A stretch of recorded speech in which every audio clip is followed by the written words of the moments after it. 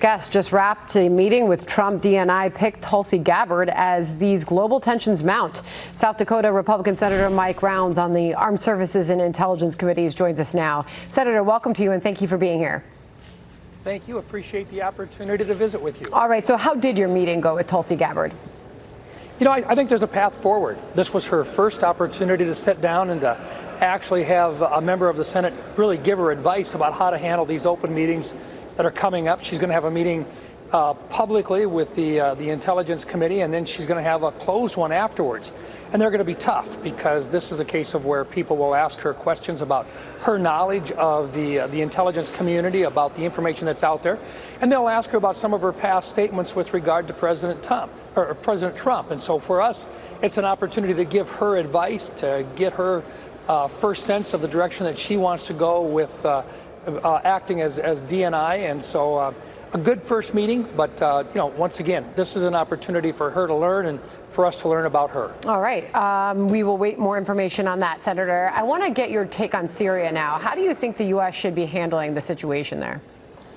You know, after listening to Jake Sullivan, I was at the Reagan Defense Forum yesterday, and Jake was there.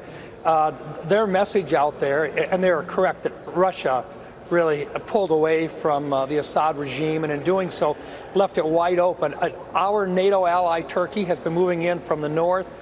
They have been supporting some of the insurgents coming through, and then the SDF, which has been our key line of offense, was very successful as well. So we're making progress with regard to taking care of a lot of the problems there, but we've got to be very careful that ISIS does not fill any type of a vacuum. That's something that we've got to be aware of.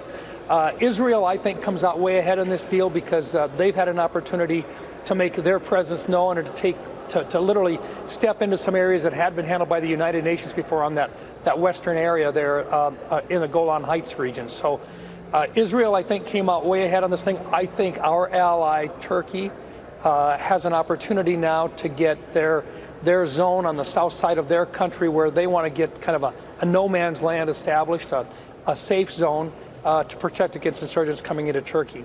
So the rest of it, we've got some real challenges yet. We've got over 900 men and women who are in harm's way in Syria yet, but they play a very important role in keeping ISIS at bay. Got it. I know that's a big concern for so many in the wake of all this. Meanwhile, Senator, more on President Trump's picks as he works his way toward the White House. What do you make of Pete Hegseth as President-elect Trump's pick for defense secretary? Have you decided where you are on that? I had a great meeting with Pete. I told him that I really thought there was a path forward for him to be confirmed. But I think the challenge for Pete is going to be responding in public to some of the allegations that have been made. And so my message is, look, let's go in, find out what those questions are. So many anonymous voices out there that have suggested these allegations. He's got to have an opportunity to respond to them. It's not fair for these folks to come in and stay anonymous and yet attack him. And so my message is get in front of the individual members, find out what their questions are, so that when the American people are watching and he has to face both Republicans and Democrats, he's well prepared and he can respond to those allegations. Are you optimistic? I mean, you just used the word was, that you thought there was a path forward for him. Yeah. And I do believe that there is a path forward for him. But the challenge for him will be that he's going to have to go before a case in which, in open session, there's going to be lots of questions asked by individuals who are concerned. But he's got an opportunity to do that, and I think it's just a matter of being prepared for them and answering truthfully under oath exactly what's going on. But does he have a path forward? Yes, he does. Does he have your support? We'll find out after he comes back and he answers those questions in public. Got it.